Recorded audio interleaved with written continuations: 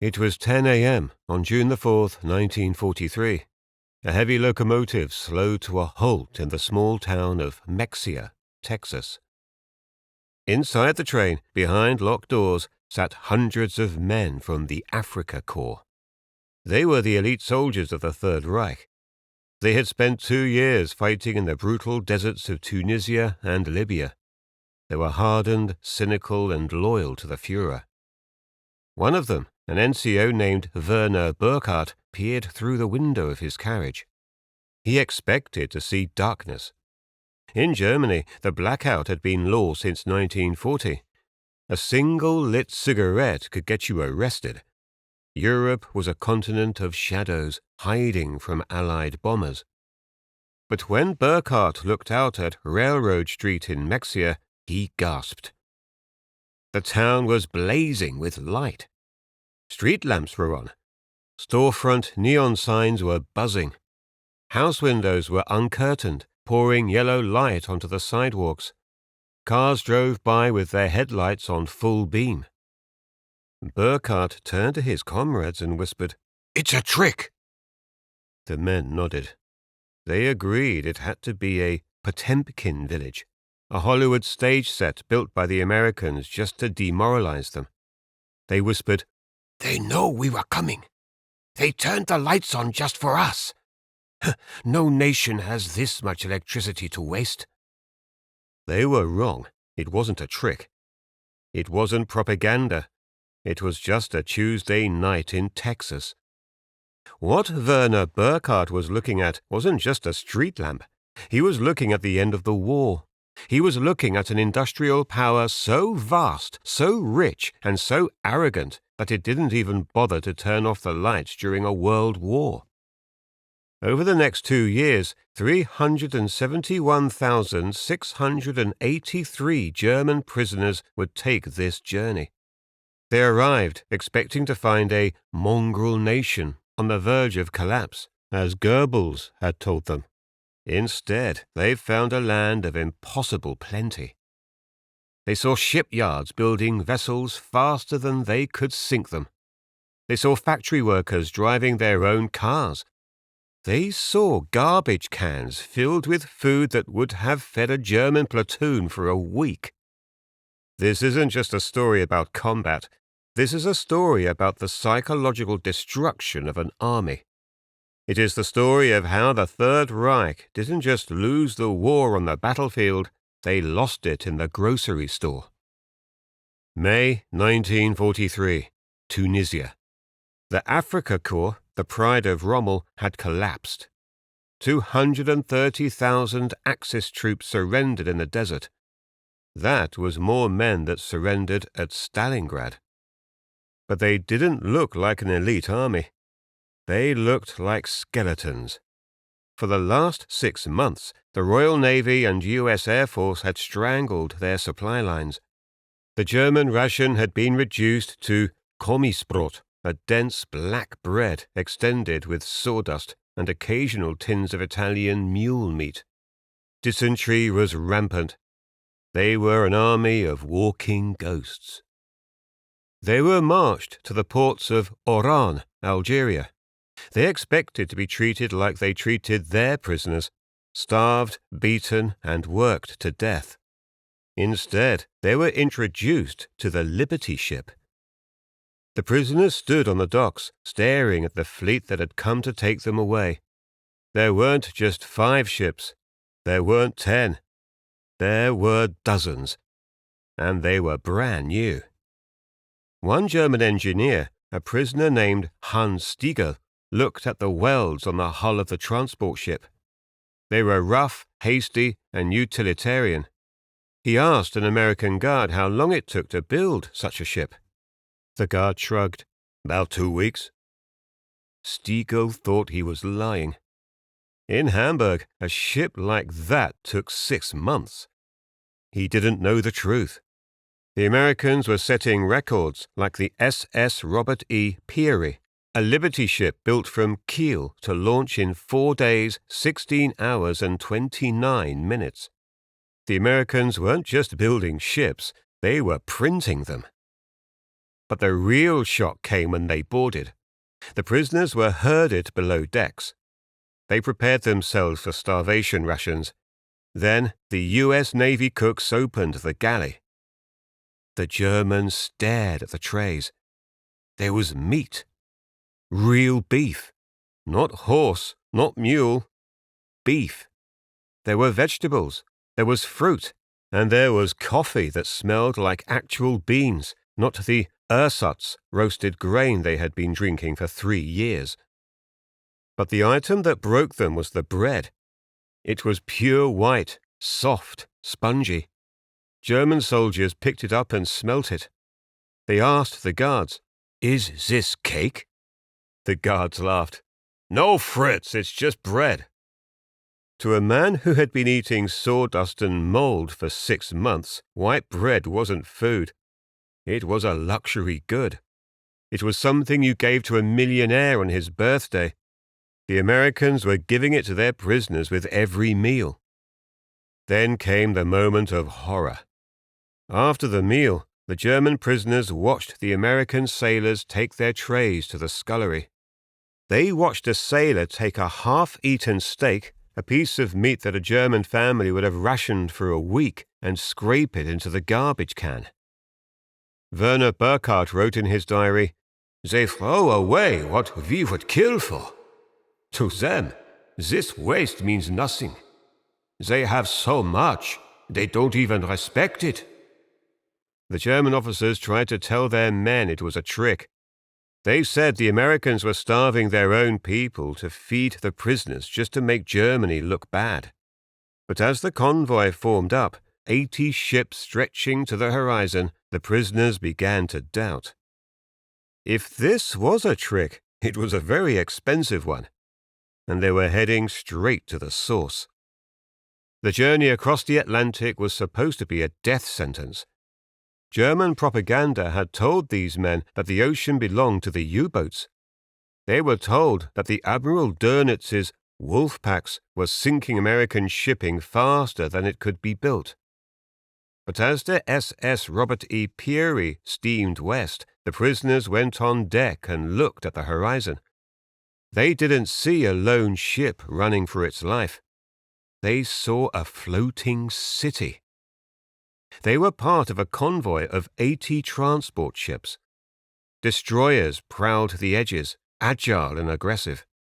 Overhead, blimps and long-range patrol bombers circled constantly. The convoy didn't zigzag out of panic. It moved with the slow, crushing inevitability of a glacier. For 14 days, the prisoners waited for a torpedo impact that never came. Werner Burkhardt realized a terrifying truth. The Atlantic didn't belong to the U-boats. It belonged to the United States Navy. Then came the arrival. The convoy docked in Norfolk, Virginia. Some accounts say Boston or New York, but the industrial shock was universal. As the ship tugged into the harbor, the German engineers on board went quiet. In Hamburg or Bremen, a busy day meant 5 ships loading at once. In Norfolk, the prisoners counted. 1, 10, 20. They stopped counting at 47. There were 47 ocean-going cargo ships loading simultaneously. And they weren't just loading food, they were loading tanks, locomotives, and crates of aircraft parts. And it was how they were loading that broke the German spirit. In Europe, the docks were powered by steam cranes and manual labor. Men with strong backs hauled crates. In Norfolk, the skyline was a forest of electric cranes, huge, humped machines that moved tons of steel with the flick of a switch. The silence of the electric motors was more intimidating than the noise of steam. It spoke of unlimited power generation. The prisoners were marched down the gangplank and onto the pier. They were dirty, exhausted, and wearing their bleached Afrika Korps tropical uniforms. They looked at the American dock workers. The workers weren't soldiers, they were civilians, and they were fat. To a German soldier who had seen the rib cages of children in occupied France, the sight of an overweight dock worker was incomprehensible. These men looked well-fed, happy, and relaxed. Then a prisoner kicked a pile of trash near a break room. He froze. Lying in the dirt were cigarettes. Not butts smoked down to the filter until they burned the lips. These were half-smoked cigarettes. Long, white cylinders of Virginia tobacco, discarded casually because the smoker knew he could just buy another pack for pennies. In Germany, a half-smoked cigarette was currency. Here, it was trash. But the final blow to their worldview came when the shift whistle blew. The prisoners watched the dock workers leave. They didn't walk to a bus stop. They didn't ride bicycles. They walked to a parking lot. Thousands of cars. Fords, Chevrolets, Plymouths. The prisoners asked the guards, "Are these the officers' cars?" The guard shook his head. "No. Those belong to the welders, the riveters, the stevedores." The German mind couldn't process it. In the Third Reich, a private car was a luxury for a general or a party official. The idea that a man who tightened bolts for a living could own a 1939 Ford V8 was impossible. And there was one more shock. The Nazi ideology was built on the lie of the Untermensch, that non-Aryan races were intellectually inferior and incapable of technical mastery. On the docks of Norfolk, the Afrika Korps troops saw black American soldiers and civilians operating complex heavy machinery. They saw them driving forklifts, operating cranes, and managing logistics. They saw them doing jobs that Goebbels had said they were incapable of doing. The evidence of their eyes was fighting the propaganda in their heads, and the evidence was winning. They were loaded onto trains for the next leg of the journey. They thought they had seen the wealth of America. They were wrong. They had only seen the front door. The prisoners were marched from the docks to the railhead. They knew what troop transport meant. In Germany, soldiers travelled in 40 and 8s, boxcars designed to hold 40 men or 8 horses. They were freezing in winter, ovens in summer, and smelled of manure. So, when the American guards pointed to a line of sleek, green passenger cars, the Germans hesitated. They asked, "Where are the cattle cars?" The guards laughed. "Get in." These were Pullman coaches. The prisoners stepped inside and sank into the upholstered velvet seats. There was air conditioning. There were water fountains bubbling with ice-cold water. Black porters in crisp white uniforms walked down the aisle serving coffee. Werner Burkhardt sat by the window stunned. He was a prisoner of war. He was the enemy. And yet he was travelling with more comfort than a field marshal in the Wehrmacht. It was a psychological flex. The Americans were saying, "We are so rich we don't even need to treat you badly." Then the train started moving. In Europe, a long train ride was 12 hours. You could cross country in a day. The prisoners watched the landscape roll by. 1 day passed. 2 days passed. 3 days passed. They asked the guard, "Are we in Canada yet?" The guard shook his head. "Nope, still Texas." The sheer scale of the American continent began to crush them. They realized that Germany was the size of a single American state. They realized that American bombers didn't just have to fly across the channel. They had to be built here, shipped thousands of miles, and they still arrived in clouds of thousands. The concept of strategic depth, a land so vast it could never be conquered, became a physical reality outside the windows. But the scenery wasn't just empty land. It was a factory floor that spanned a continent. As the trains moved north and east, depending on the camp allocation, they passed the industrial hearts of the Midwest. Outside Detroit, the train slowed down near a massive, sprawling complex. It was Ford's Willow Run plant. The German engineers pressed their faces against the glass. They knew the Henschel works in Kassel. They knew efficiency. But they had never seen this. The building was nearly a mile long. It was an L-shaped cathedral of industry. Through the open bay doors, they saw the assembly line. They weren't building cars. They were building B-24 Liberator heavy bombers. A German pilot among the prisoners started timing the line. He watched the tail sections merge with the fuselages. He watched the engines being mounted. He did the math. At Willow Run, a fully functional 4-engine heavy bomber rolled off the line every 63 minutes. The pilot turned away from the window, his face pale. He knew that in Germany, building a bomber was a craftsman's job. It took weeks. Here, it was a clockwork inevitability. He whispered to the man next to him, "We have lost. We just don't know it yet." They realized that for every factory the Luftwaffe bombed in London or Coventry, the Americans were building 10 more in places the Germans couldn't even reach on a map. Places like Ypsilanti, Michigan, or Wichita, Kansas.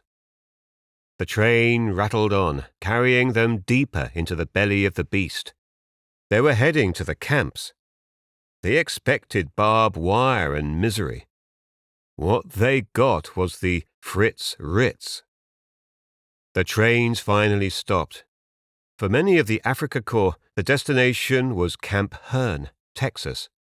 It was a sprawling compound of standardized wooden barracks surrounded by barbed wire and watchtowers. The Germans looked at the wire and felt relieved. This was familiar. This was a prison. They expected a return to the harsh military discipline they understood. They expected straw mattresses, cold water, and gruel. Instead, they walked into a hotel. They entered the barracks. There were no lice. There was no straw. There were rows of steel cots with clean white sheets and thick wool blankets. There was central steam heating. In the latrines, there were rows of flush toilets and showers with unlimited hot water. One prisoner, Rüdiger von Wechmar, recalled standing under the hot water for 20 minutes. Unable to believe that a prison camp had better plumbing than his apartment in Berlin. The Americans nicknamed Camp Hearn the Fritz Ritz. But the shock wasn't just comfort, it was science. Many prisoners arrived wounded from the North African campaign, infected shrapnel wounds, gangrene, tropical diseases. In the Wehrmacht, the treatment for a gangrenous leg was amputation. In Camp Hearn, they met American doctors who carried a new weapon, penicillin. It was a miracle drug barely available in Europe. Here, it was standard issue. German soldiers watched their infections clear up in days. They realized the Americans weren't just rich in steel, they were rich in knowledge. They were saving the lives of their enemies because they had the resources to spare. Then came the mess hall. The United States government strictly followed the 1929 Geneva Convention. It wasn't out of kindness. It was a strategic calculation to ensure American POWs in Germany were treated well. But because the US Army was the best-fed army in history, the German prisoners ate better than 90% of the civilian population in Europe. The menu was a psychological bludgeon. Breakfast: scrambled eggs, bacon, milk, sugar, white bread and coffee. Lunch: roast beef, potatoes, corn and green beans. Dinner: cold cuts, cheese and fruit. And there was ketchup. To the Germans, the thick red sugary sauce was an exotic luxury. They put it on everything. They realized that in America, even the condiments were rich in calories. They were even paid. Under the convention, prisoners were paid 80 cents a day in canteen strip for their labor. They took this paper money to the camp exchange, or PX. Inside, they found themselves stocked with things that had vanished from Germany years ago: Coca-Cola, chocolate bars, razors, soap, and beer. They could buy cigarettes by the carton. They drank 3.2% beer after work. But what truly destroyed their morale was the waste. The U.S. Army had a rigid regulation. Cooks had to prepare 10% more food than the head count required to ensure no soldier went hungry. The leftovers could not be reused. The German prisoners were assigned to Kitchen Patrol, or KP. They watched horrified as American cooks scraped trays of uneaten pork chops, mounds of mashed potato, and whole loaves of bread into the garbage cans. A German sergeant major grabbed the arm of an American cook. "Why?" he asked, his voice shaking. "In Germany, this feeds a village." The cook shrugged. "Regulations, buddy. We got plenty more in the truck." That was the dagger. The realization that America treated food, the most precious currency in war-torn Europe, as a disposable commodity. They weren't just fighting a country with more guns. They were fighting a country that could afford to throw away breakfast. The prisoners began to gain weight. The hollow cheeks of Tunisia filled out. They got healthy. And as they got healthy, the reality of their situation sank in. There was no point in escaping. Texas was bigger than France. If they ran, where would they go? New York was 1,500 miles away. They were trapped in a gilded cage, fed by the enemy they were supposed to hate. And then the Americans decided to show them where the food came from. They put them to work. The United States had a problem. Millions of American men were fighting in Europe and the Pacific. The factories and farms were short of labor. The solution was sitting behind the barbed wire at Camp Hearn. Under the Geneva Convention, prisoners could be put to work provided the work wasn't dangerous or directly related to weapon manufacturing. The Germans volunteered. They were bored. They wanted the extra 80 cents a day. They thought they were going to do manual labor, hoeing rows, picking cotton by hand, breaking their backs like European peasants. They were wrong. They weren't sent to work. They were sent to witness the future. In Texas, a group of prisoners was sent to a cotton gin near Houston. In Germany, processing cotton was labor-intensive. It required hundreds of workers. Here, they walked into a deafening, vibrating shed. They saw a single machine, roaring with electric power, stripping the seeds from the cotton balls faster than the eye could follow.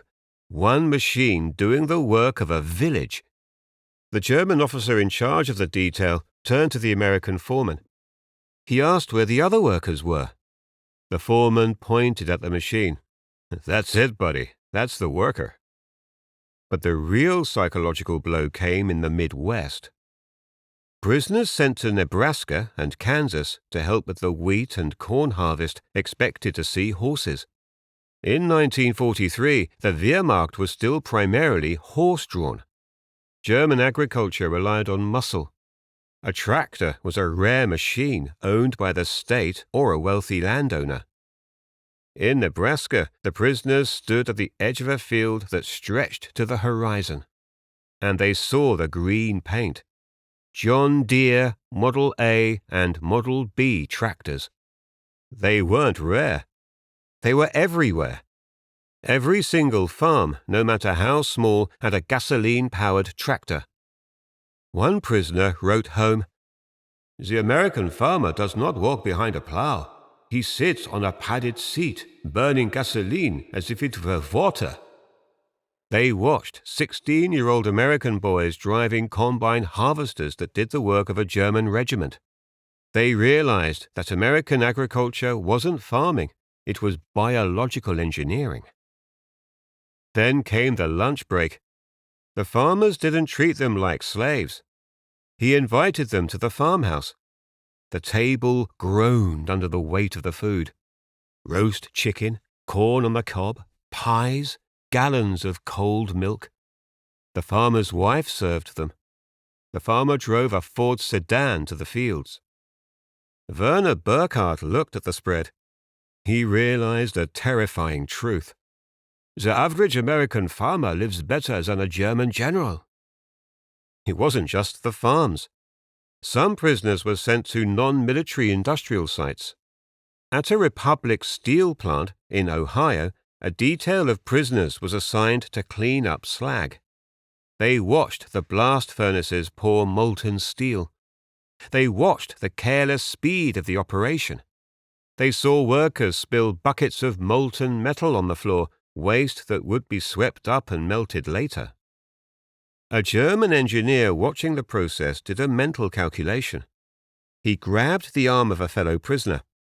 "Look at that," he whispered.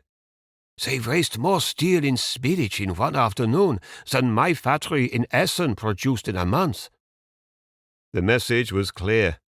Germany was rationing turnip skins and counting every screw.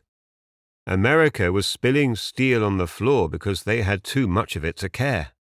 The prisoners went back to their barracks at night, their stomachs full of American beef, their pockets full of American money. They looked at the map on the wall. They looked at the size of Texas. They looked at the tractors, and the whisper began to spread through the bunks. How can we defeat a country that treats its prisoners better than we treat our citizens? The physical war was over for these men, but the ideological war was raging inside the barracks of Camp Herne. For a decade, Joseph Goebbels had fed them a diet of lies. They were told that America was a mongrel nation, a chaotic mess of races incapable of organization. They were told that Wall Street Jews controlled the government and that the American worker was an enslaved communist. They were told that Germany was winning on every front. But in Texas, the prisoners had access to the most dangerous weapon in the American arsenal, the New York Times. The camp commanders didn't censor the news. They let the prisoners subscribe to American newspapers. They let them listen to American radio. At first, the hardcore Nazis in the camp, the Lager Gestapo, tried to ban it. They claimed the newspapers were Jewish propaganda. But curiosity won. The prisoners looked at the maps printed in the papers. They saw the front lines moving. They saw the encirclement of Stalingrad. They saw the fall of Sicily. And they saw the advertisements. Pages and pages of ads for department stores selling shoes, coats, furniture, and toys. One prisoner pointed to an ad for Macy's. "If they are losing the war," he asked, "how are they selling fur coats in Manhattan?" The cognitive dissonance was shattering. They realized they had been lied to. Not about small things, but about everything. Then came the Jarbo fever. In the camp cinema, the Americans showed newsreels before the movies. The prisoners sat in the dark and watched footage of P-47 Thunderbolts destroying German trains. They watched B-17s leveling German factories. Then they recognized the cities. Hamburg, Cologne, Berlin. They saw their own homes burning, and they saw the endless columns of American trucks and tanks rolling across France. But the final fatal blow to the Nazi ideology came in May 1945. The war in Europe ended. The Third Reich surrendered. The American camp commanders ordered every prisoner into the mess hall. They set up a projector. They didn't show a Hollywood movie. They showed raw footage filmed by the U.S. Army Signal Corps liberation teams. They showed Buchenwald. They showed Dachau. The prisoners sat in stunned silence. They saw the piles of emaciated bodies. They saw the gas chambers. They saw the ovens. For years, they had told themselves they were fighting for civilization against Bolshevism. They believed they were the good guys. Now, staring at the screen in a Texas mess hall, the truth hit them like a physical blow. They were the barbarians. Some men cried. Some vomited. Some refused to believe it, claiming it was a Hollywood trick. But for most, the silence was absolute. The lie was dead. The Germany they thought they were fighting for didn't exist. It was a criminal enterprise that had led them to ruin. They walked out of the mess halls into the Texas night. The war was over. Their country was destroyed, and they were stranded in the land of their enemy, realizing that the enemy was more civilized than they were. The war ended in May 1945, but the Germans didn't go home. The United States still needed labor, and Europe was in chaos. So the prisoners stayed for another year, harvesting crops and paving roads. But the atmosphere had changed. They weren't soldiers of the Reich anymore. They were missionaries for democracy. The US government launched a massive, secret re-education program. They identified the anti-Nazis and the intellectuals among the prisoners, men like Rudiger von Wechmar, and trained them to rebuild a democratic Germany. Finally, in 1946, the repatriation began. The trains rolled back to the ports. The prisoners boarded the Liberty ships in reverse. They left behind the land of white bread, John Deere tractors, and electric lights. When they arrived in Le Havre or Rotterdam and crossed the border into Germany, the shock was physical. They had left a country of skyscrapers and intact cities. They returned to a moonscape. Hamburg, Cologne, Berlin, they were piles of brick and twisted steel. There was no electricity. There was no water. The people, their own families, were starving, living in cellars, trading family heirlooms for a sack of potatoes. And here came the prisoners. They stepped off the trains wearing fresh American surplus uniforms. They were tanned. They were healthy. Most of them had actually gained weight in the Texas camps. They looked like tourists visiting a graveyard. The contrast was the final proof. They realized that while Germany had destroyed itself trying to conquer the world, America had grown richer, stronger, and more powerful during the war. The legacy of this industrial shock lasted for generations. Men like Rudiger von Wechmar didn't return to Nazism. He used his experience in America to become a diplomat, eventually serving as the West German ambassador to the United Nations. Thousands of others returned to become the architects of the Wirtschaftswunder, the German economic miracle. They rebuilt Germany not on the Nazi model of plunder, but on the American model of industry and trade. The statistics tell the final story of the American captivity. Of the 371,683 German prisoners held in the United States, do you know how many tried to escape? Less than 1%, and most all of them were caught within days, usually because they were hungry or didn't speak English. But the real reason nobody ran was simple. In Russia, German prisoners were worked to death in the gulags. In France, they were clearing minefields. In America, they were eating steak and ice cream. Why would anyone want to escape from heaven to go back to hell? In 1985, a group of former Afrika Korps prisoners held a reunion. They didn't meet in Berlin. They traveled all the way back to Mexia, Texas. They walked the grounds of the old camp. They hugged the local farmers they had worked for. One former soldier looked at the Texas horizon and said, "We came here as enemies. We left as friends. And we were defeated not by your guns, but by your grocery stores." The story of the German prisoners in America is not just a footnote of World War II. It is the clearest explanation of why the war ended the way it did. Hitler and the Japanese High Command bet everything on the idea that will, warrior spirit, and racial superiority could overcome material disadvantage.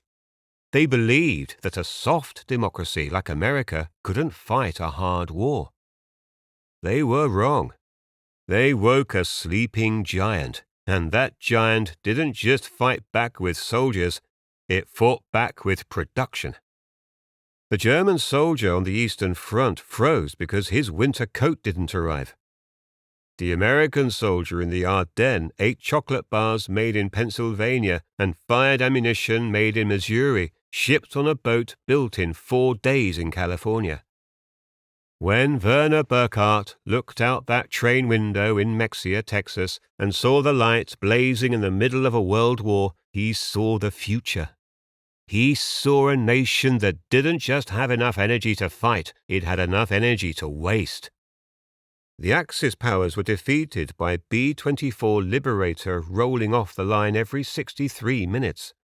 They were defeated by the John Deere tractor that allowed one farmer to feed a regiment.